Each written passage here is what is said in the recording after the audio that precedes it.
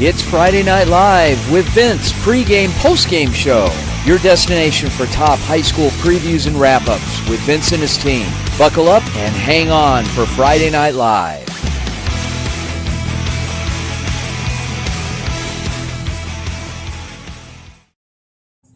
Good evening, everyone, and welcome to Friday Night Live. My name is Vince Delicio from the Varsity Sports Show, and where we wrap up the weekend sports locally and a little bit of national stuff, but mostly local wherever you are, whether it be in Phoenix, Tucson, Las Vegas, and anywhere else of interest.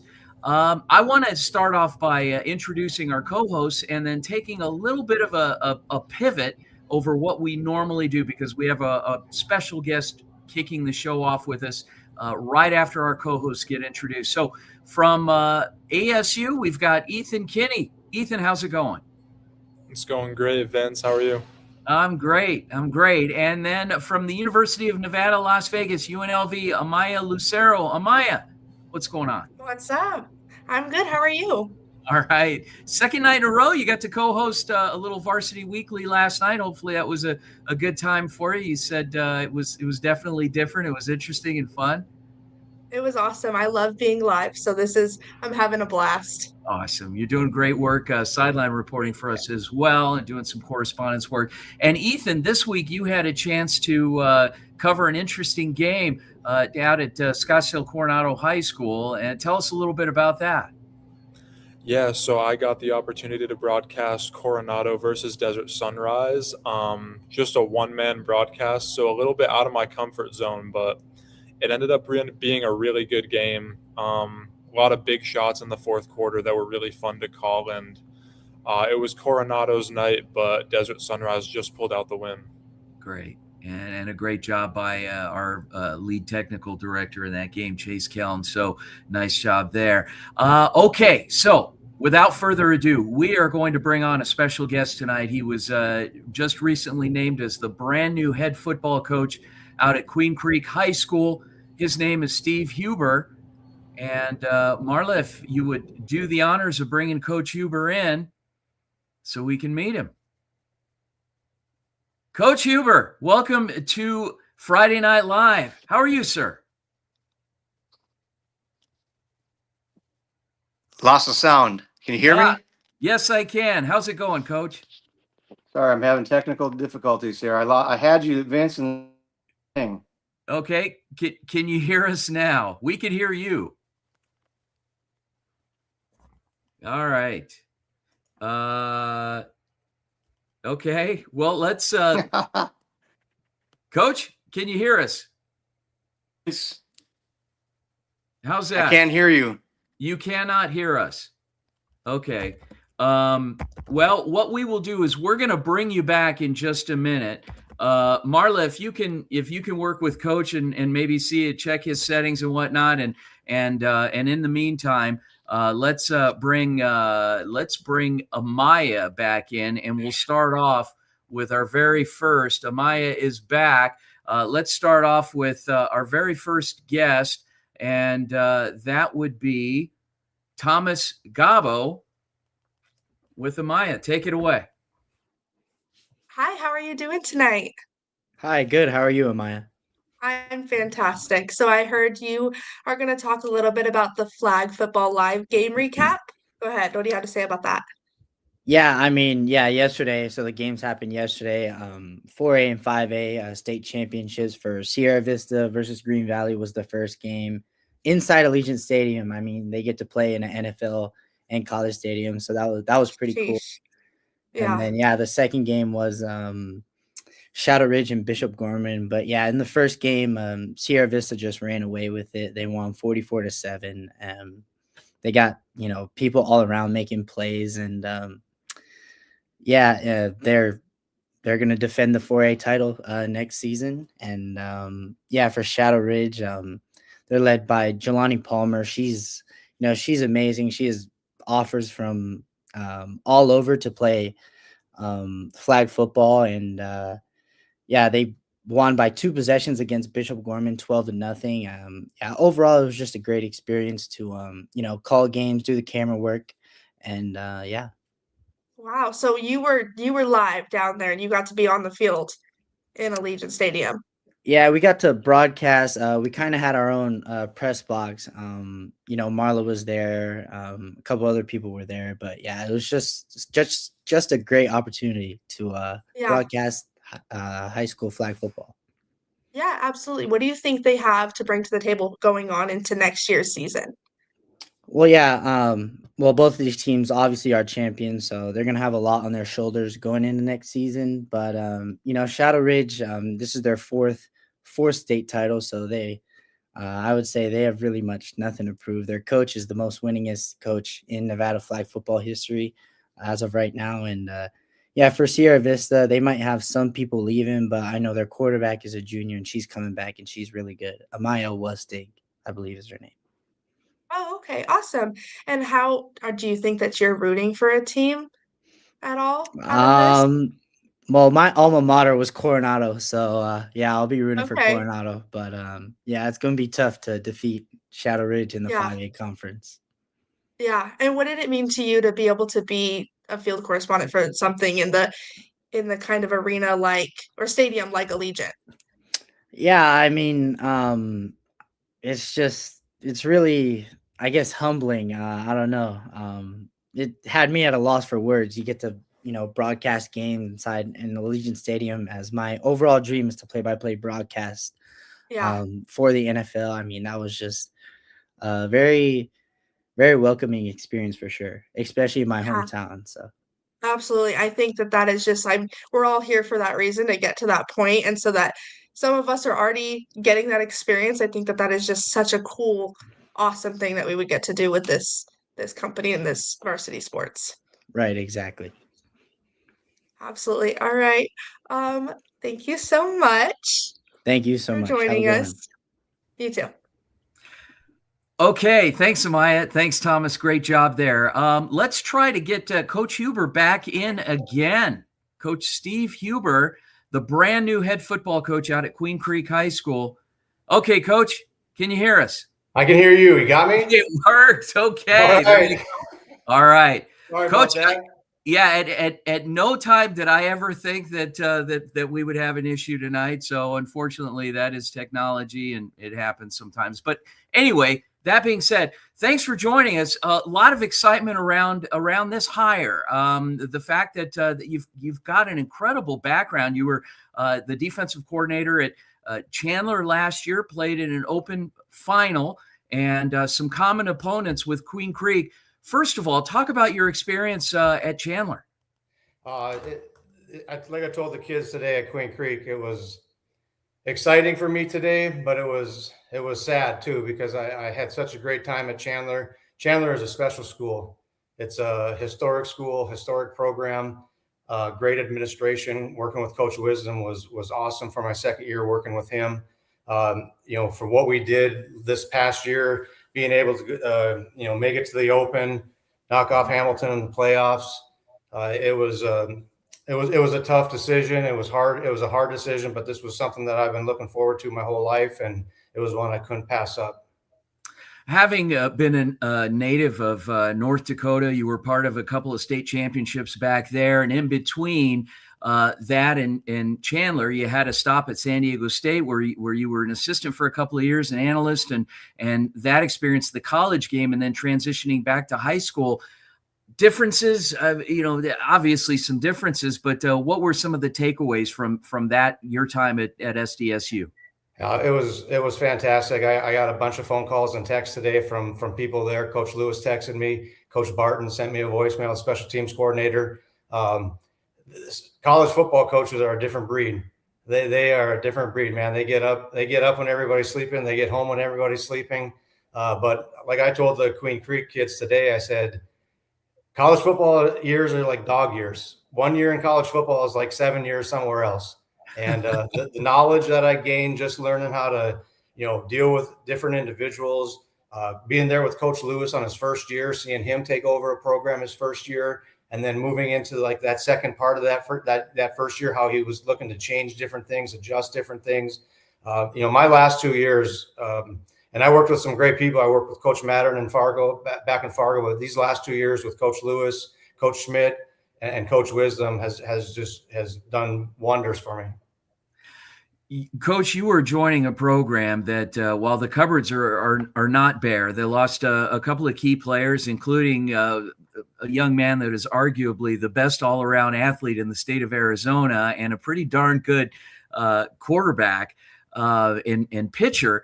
What do you see in this Queen Creek team that you're stepping into this role now?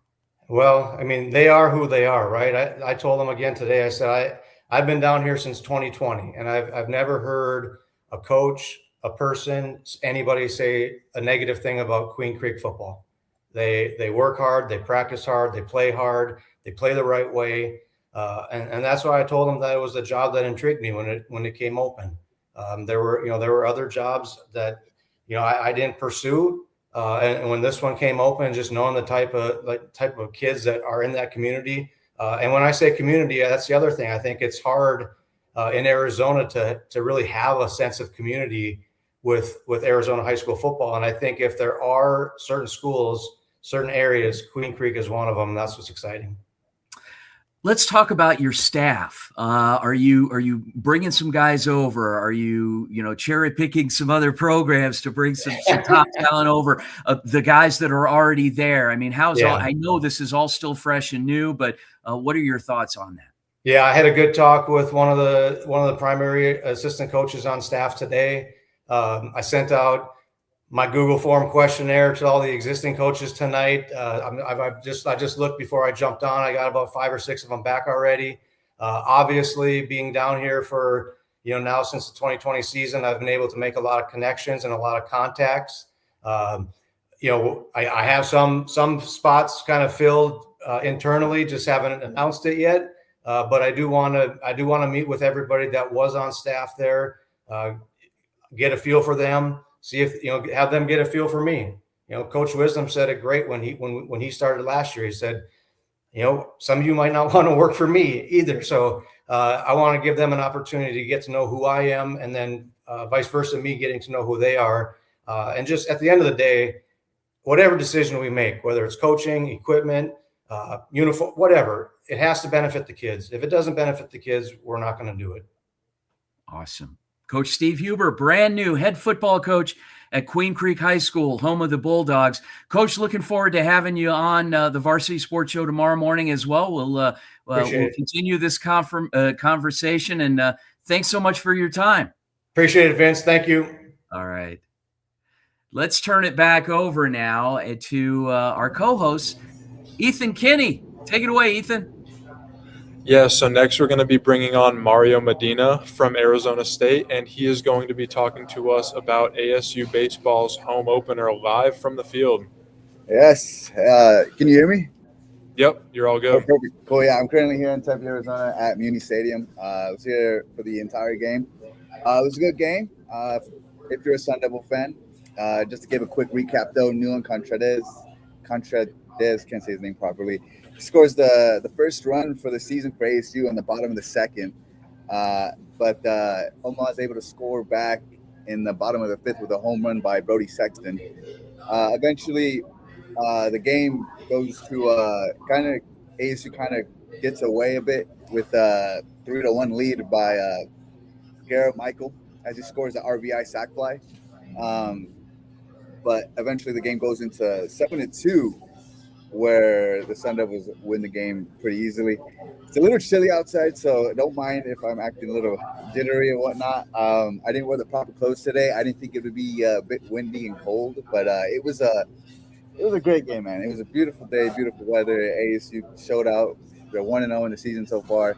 I mean, for Omaha, it was definitely a tough loss. They kept it close for the majority until literally the eighth inning, where ASU were just kept scoring runs and runs and runs, and they had chances to take the lead or score. I believe it was the fifth inning or the sixth inning where Omaha got the bases loaded with no outs, but they were only able to score one run during that process. So, I mean, tough loss for Omaha, but if you're a Sun Devil fan, it was a good day as they're 1-0, and they do play Omaha this entire weekend. They play them tomorrow, I believe, at 1 o'clock. At 1 p.m. on that time, Arizona time, and then Sunday, roughly around the same time or so. But ASU's 1-0, so I mean, good for them. Hopefully, they keep this momentum going heading into the next few seasons, or excuse me, few games and whatnot. And we'll see what they got to go. Definitely. Well, thank you, Mario. Live from the Arizona State Baseball Stadium, we are going to pass it back to Amaya. Thank you. Next up, we have Jamarion Johnson from UNLV talking all about the Las Vegas A's. Today's NBA news shook the league. After a blockbuster deal with the Clippers, James Harden is now a Cavalier. The Cleveland Cavaliers acquiring James Harden in exchange for fellow All-Star Darius Garland and a 2026 second-round pick, a move that will immediately impact both teams' playoff hopes. Harden, who is 36, has been playing at a high level this season with 25.4 points a game and 8.1 assists per game. His best scoring stretch in years, but the Clippers struggling to stay above 500. The front office opted for a change of direction. In return, Los Angeles gained Garland, a 26-year-old two-time All-Star guard, plus future draft capital. For Cleveland, this is a win-now move. The Cavs are in a tight Eastern Conference playoff race and see Harden as an experienced scorer and playmaker who can elevate the team in the postseason. In a season full of surprises, this trade could reshape the Eastern Conference playoff picture or be a gamble that defines Cleveland's title shot window. And welcome back to Friday Night Live. Great show so far. Our very own Jamarion Johnson from UNLV, and good report there. A lot of good stuff going on in the community. You know, even though we're just off of finishing up football season in the NFL, we're really deep into basketball. March Madness coming a couple of weeks from now. We'll be talking baseball soon. We're in high school basketball playoffs. I mean, a lot of good stuff going on. Where do we go from here? Who's next? Nicholas Raschke. Amaya, take it away. Yeah. Absolutely. Next up, we have Nicholas Raschke from ASU talking all about MLAX recap. Hey, Amaya, how's it going? Good. How about you? I'm doing well. So, with baseball and softball under the way, one sport that's kind of under the radar is lacrosse, and ASU's lacrosse team is last year one of the best in the nation in the MCLA. However, this year they had their home opener yesterday. It was between ASU and BYU, and BYU got the better of them. 15-11 was the score. ASU had an early lead. They played really well in the first quarter, but once the second quarter started, and from about the second quarter onwards, BYU kind of took charge. They had a big I think it was an 8-2 scoring run. And when it came to a 6-on-6 play, BYU was just outshining ASU. ASU plays tomorrow against Utah Valley. That's going to be at 1 p.m. Arizona time. So we'll see what happens there. Absolutely. Thank you so much. What do you think that these teams have to bring into next season and next year? Yeah, well, I think with lacrosse, it's really a big team game. So you have players from last year. You have the Butterfield brothers. You have Ryan Cups, Nick Eck, and those players are going to become team leaders going into this year and in the years to follow. And if a team can build that camaraderie, especially with a sport like lacrosse, that it's so focused on defensive switches and kind of shifting between different rotations, those teams are going to succeed the most. Absolutely. And obviously lacrosse, like you said, it's underlooked. It's not as popular as basketball. What do you think someone who doesn't know a lot about lacrosse should know about? Yeah, well, when I look at lacrosse, I think the sport you can compare it most to is hockey. I mean, it's physical. There's a lot of beating and banging, and physicality is encouraged. Of course, you have penalties and whatnot, but when it comes to a game as physical as lacrosse, you are running around the field. You have the ball. It's 10-on-10, and there's action everywhere along the field. Absolutely. Thank you so much. Have a good rest of your night. You too. Yeah, so now I would like to introduce Jay Jufre from ASU, and she's going to talk a little bit about ASU basketball so far this season. It's been a roller coaster this season. With Bobby Hurley's contract set to expire, the Sun Devils may be looking towards a new era. Arizona State basketball has struggled to find consistent success. A team that has not been a true Big 12 contender and has not consistently been one for several seasons. So what is it? Is it the roster? Is it recruiting? Or does it come back to leadership on the sidelines? Bobby Hurley is now in his 9th season at Arizona State. When he arrived in Tempe, there was energy around the program. A former Duke standout, a national champion, and a coach known for his intensity. There have been flashes, NCAA tournament appearances, big wins over ranked opponents, moments that suggested progress, but there also has been inconsistency. And recently, even Hurley acknowledged the frustration. Is the team at a point where we've been breaking, or we've been broken from just the losses? That honestly reflects where the program stands right now, searching for answers in one of the toughest conferences in college basketball. Hurley's contract runs through the end of this season.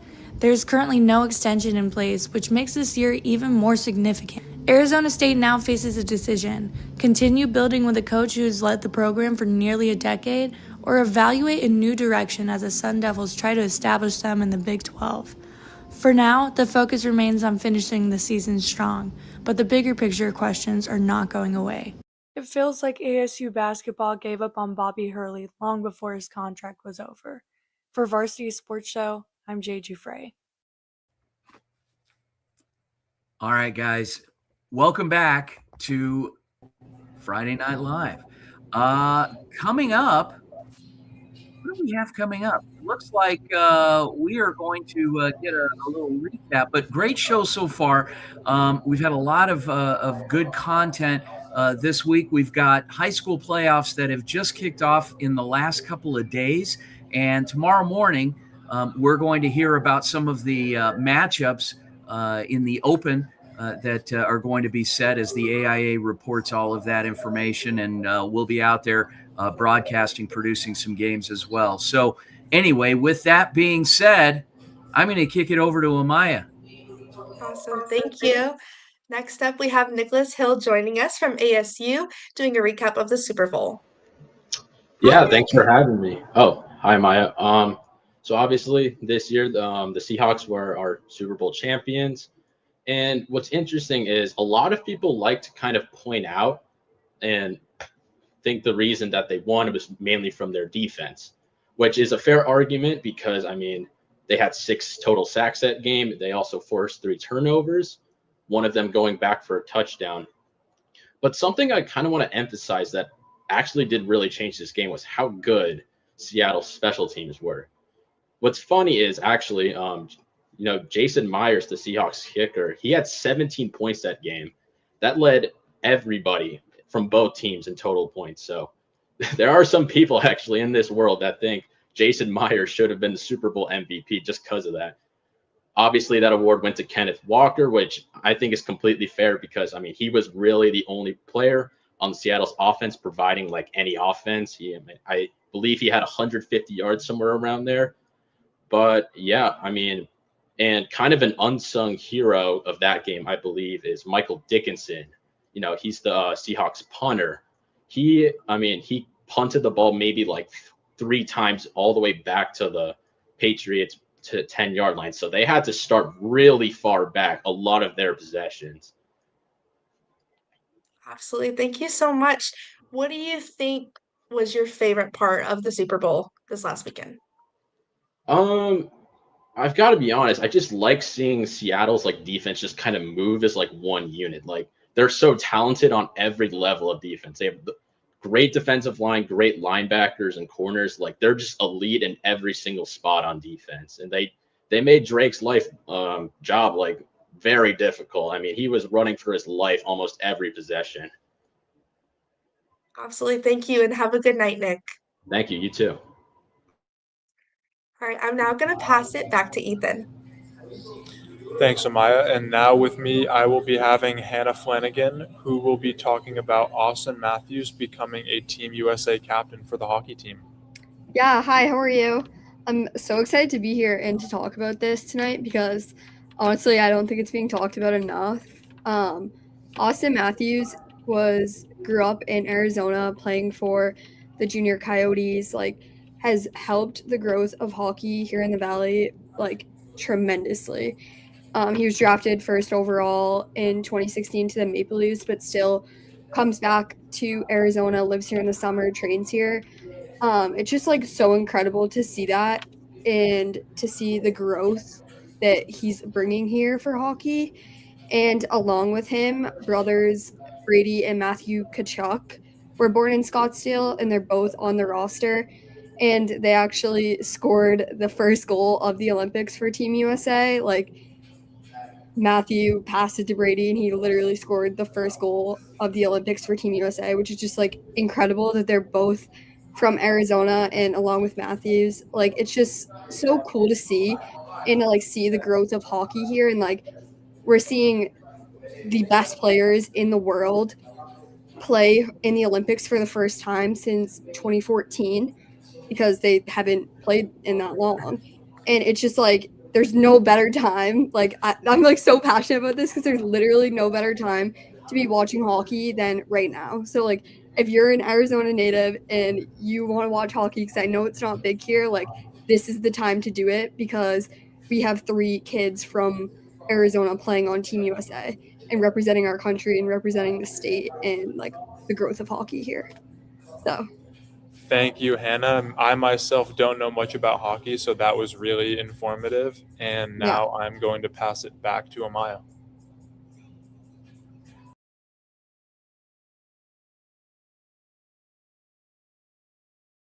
The Varsity Sports Show, reporting to you about Arizona High School's basketball final week of the regular season.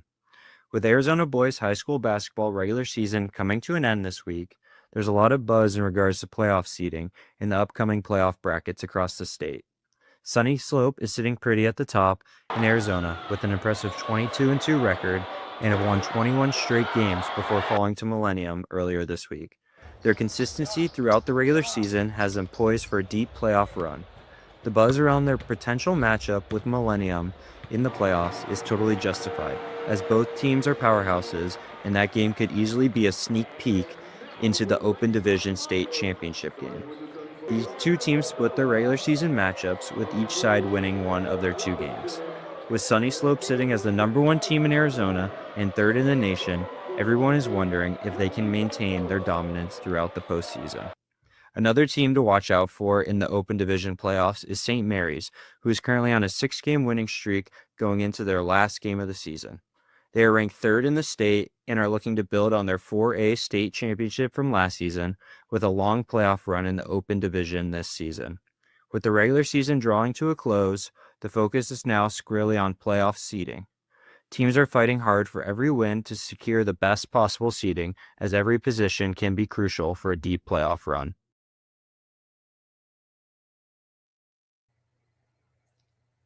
Good stuff, guys. Wow. I mean, you know, for a show that's normally 15 minutes, we definitely went over our time allotment, but we had a lot to talk about, and we're still not done yet. Ethan, what do we have coming up? Yeah, so now I'm going to bring it to Jamorion Johnson, who is going to talk to us about UNLV track and field. How's it going? I don't even think I can hear you guys right now, man. My thing's tripping. But yeah, guys, I had a chance to talk to UNLV track sprinter athlete Jada Boucher. She says she's having a great season. The whole season for the team is going well. She highlighted Carmelita Jeter, their head coach, a former Olympic track champion athlete herself. Says giving her tips and tricks, giving the team tips and tricks to get better on the start to finish of the races. And yeah, having their season's going well. They just had like three or four meets so far, and they progressed in every single one. Yeah, so how do you think UNLV's track and field team... My bad, man. I can't even hear you. I think malfunction or something.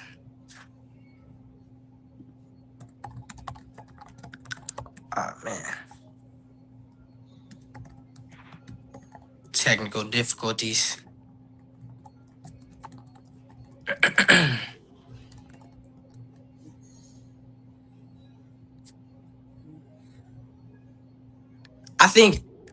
I think the team compares to others in a simple fact that they have a great head coach.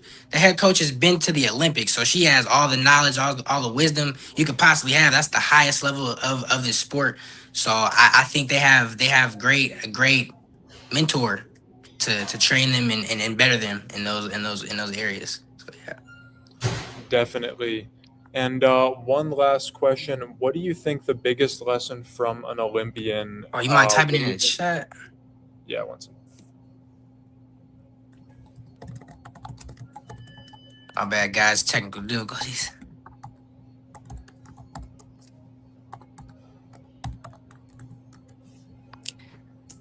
Best thing they learned from the Olympian is to stay calm and composed during the race. Don't tense up.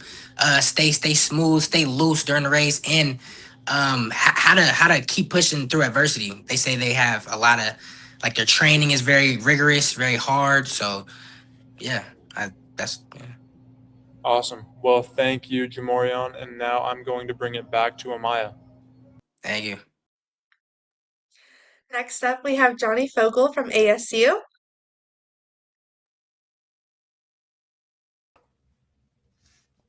Good evening. How are you doing? I'm good. Sorry. How are you? It was lagging a little bit, so I just wanted to make sure that my mic was No muted. worries. You're all good. What are you here to talk about Um, about with us tonight? Well, tomorrow Texas Tech is traveling to Tucson to play Arizona in a top 25 college basketball game, and I think everybody needs to check this game out. Arizona specifically has a lot of freshman players. Koa Pete specifically, he went to Gilbert.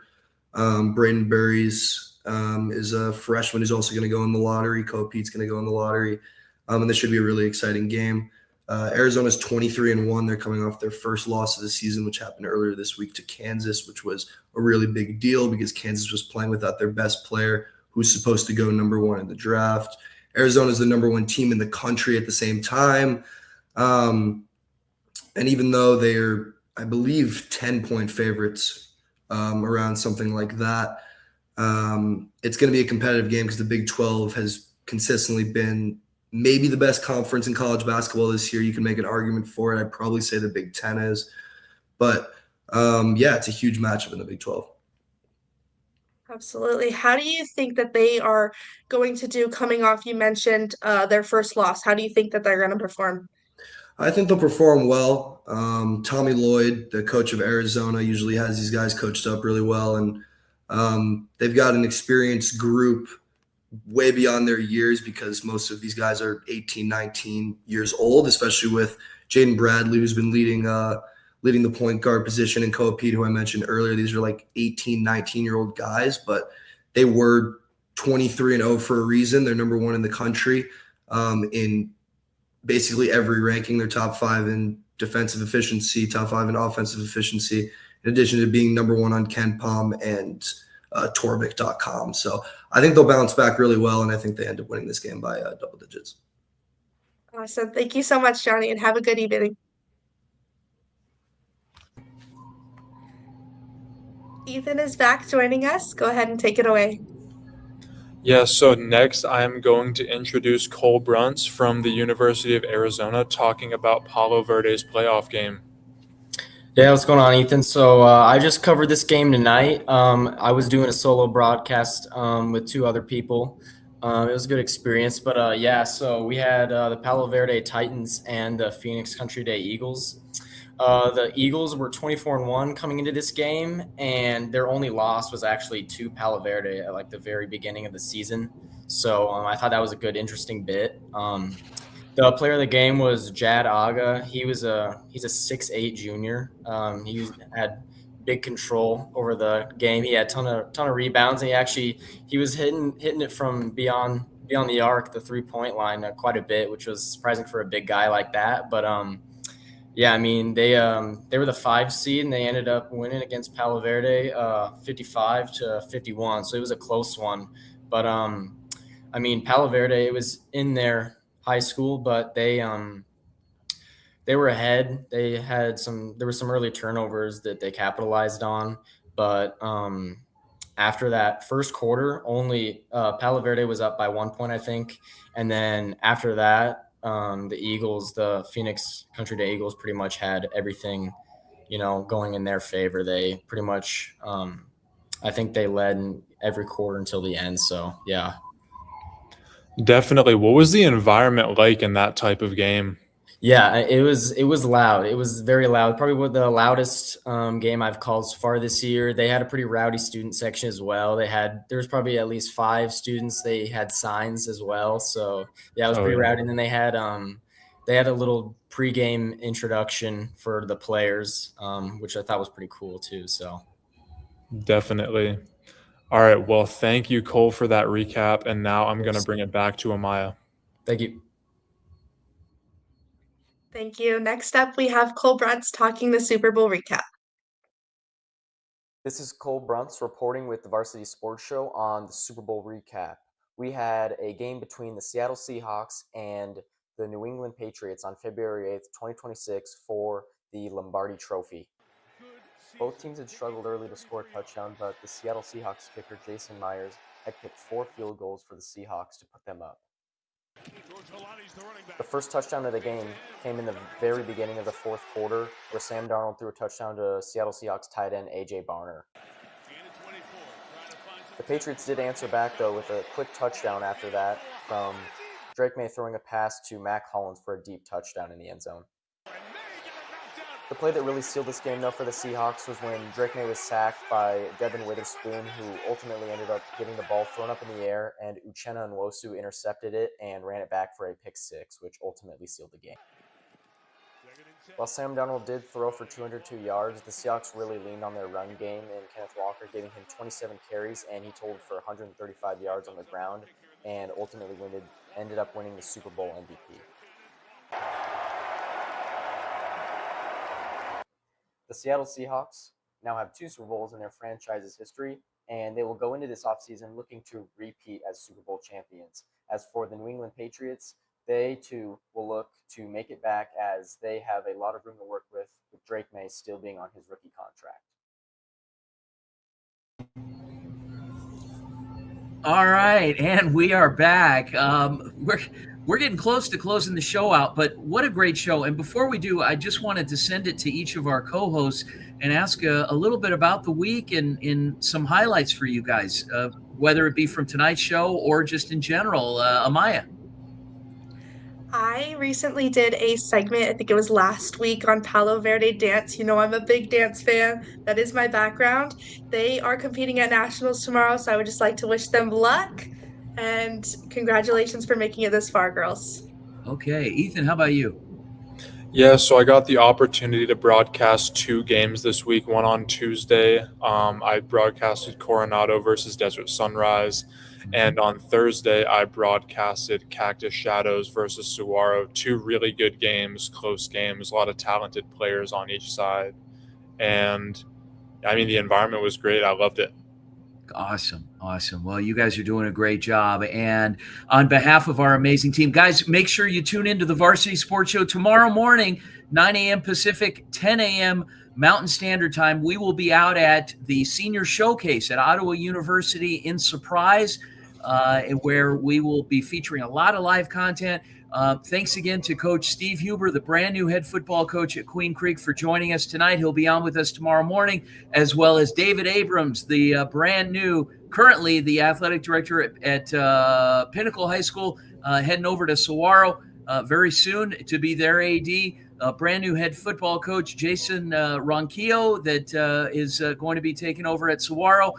My old friend, Coach Lucas Ramirez, basketball coach at Saguaro, getting ready for an open seed and looking to do some good things and continue that momentum that he's been building the last 5 years. So on behalf of our amazing team and our co-hosts, Amaya Lucero from UNLV, Ethan Kinney from ASU, my name is Vince Delicio. Thanks again for tuning in to Friday Night Live. We'll talk to you soon.